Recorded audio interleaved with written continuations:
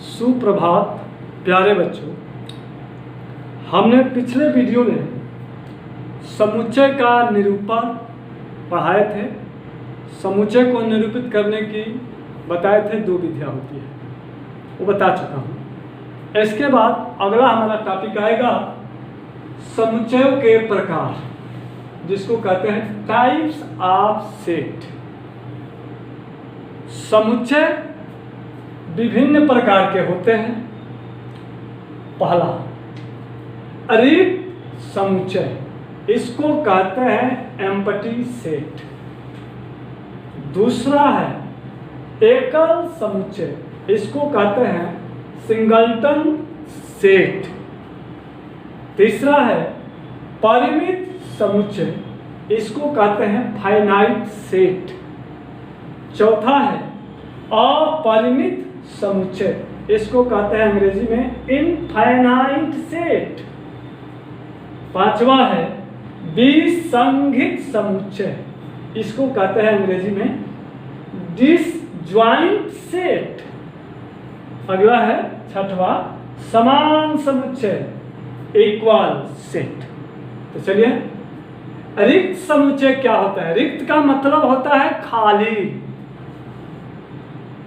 परिभाषा होगा कि ऐसा समुच्चय जिसमें कोई भी अवयव न हो उसे रिक्त समुच्चय कहते हैं। जैसे अगर ये हम लिख देते हैं, इसके अंदर एलिमेंट अगर 0 लिख देंगे तो ये आपका रिक्त समुच्चय नहीं होगा, ये एकल समुच्चय कहा जाए। रिक्त समुच्चय का मतलब होता है कि खाली हो। या तो रिक्त समुच्चय को हम ऐसे दर्शा सकते हैं, ये बना के छोड़ देंगे मौजूदा कुष्ठ, या इसको हम ऐसे लिख सकते हैं केवल खाली। तो ये रिक्त समुच्चय को इससे निरूपित करते हैं। सेट बना के छोड़ देंगे या फाइल लिख करके छोड़ देंगे, ये रिक्त समुच्चय हो जाएगा।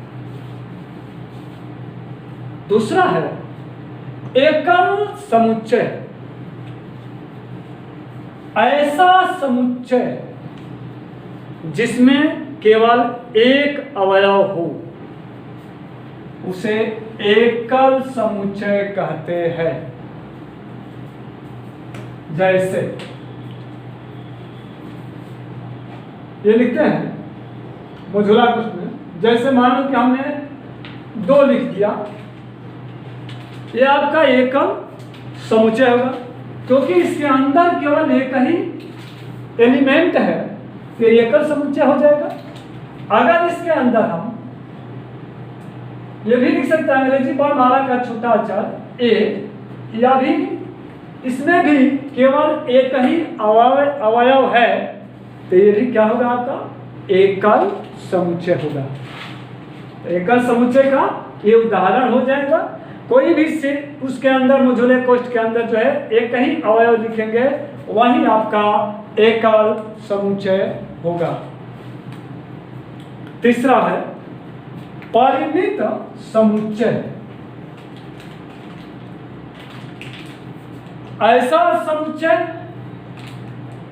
जिसमें अवयवों की संख्या निश्चित हो उसे परिमित समुच्चय कहते हैं। जैसे इसमें क्या होंगे? अवयवों की संख्या निश्चित होगी, 1 2 3 4 5। ये एग्जाम्पल हो जाएगा।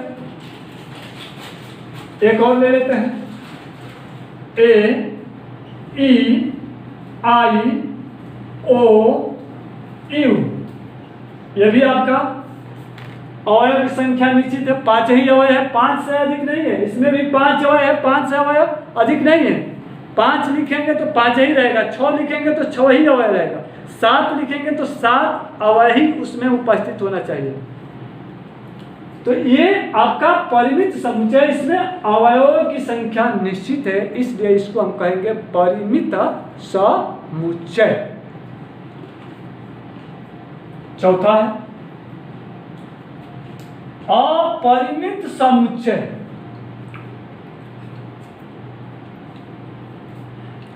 ऐसा समुच्चय जिसमें अवयवों की संख्या निश्चित नहीं होती है।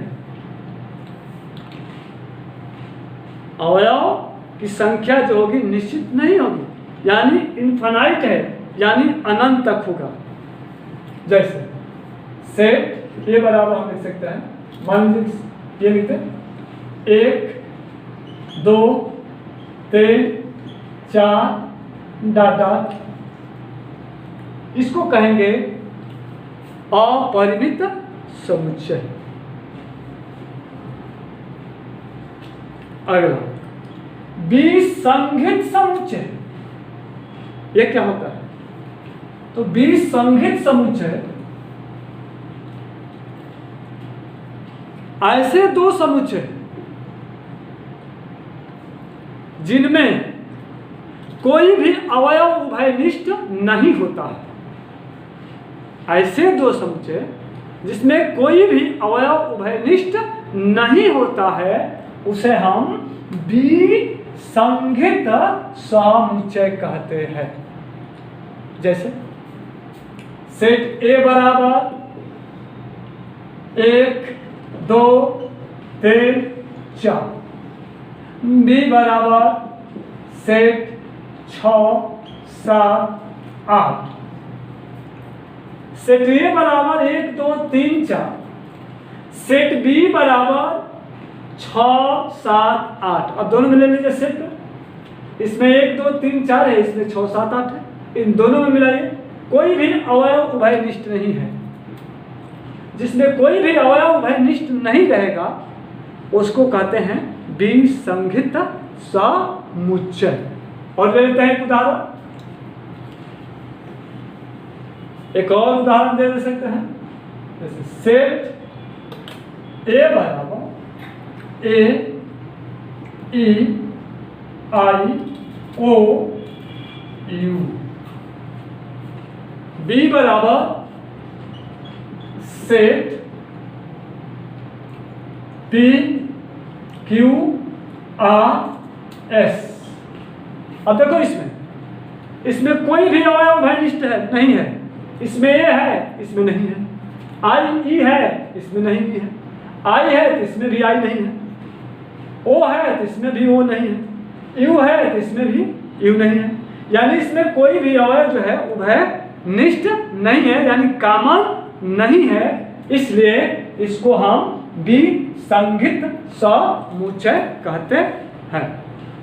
लास्ट है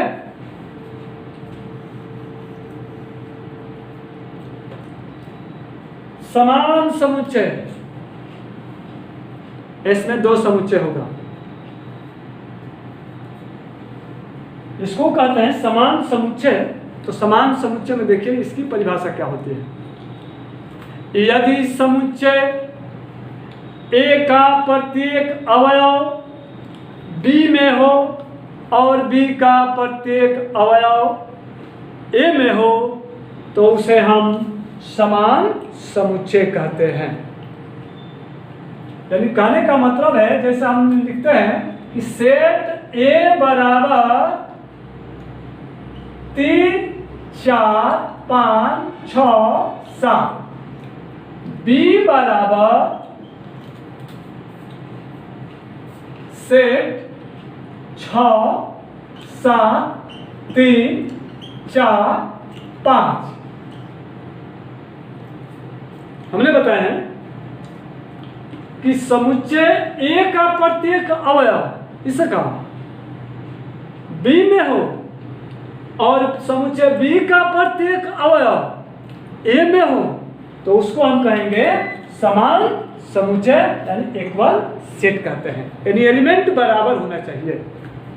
देखो ए में 3 है, यहाँ भी 3 है, इसमें भी में 4 है, 4 इसमें भी है, 5 है, 5 इसमें भी है, 6 है, 6 इसमें भी है, बी में 7 है, 7 इसमें भी है।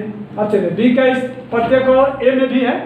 अब देखो 6 है तो 6 इसमें भी है, 7 है तो 7 इसमें भी है, 3 है तो 3 इसमें भी है, 4 है तो 4 इसमें भी है, 5 इसमें भी है तो 5 इसमें भी है। यानी इसको कहते हैं समान समुच्चय। और समान समुच्चय को हम इसको दिखाएंगे ए बराबर बी, ये है। यानी ये दोनों समुच्चय आपस में बराबर है, तो दोनों समुच्चय बराबर है तो इसको हम कहते हैं समान समुच्चय। आज के वीडियो में आपको समझ में आ गया होगा। और इसके बाद नेक्स्ट वीडियो में मिलेंगे। धन्यवाद।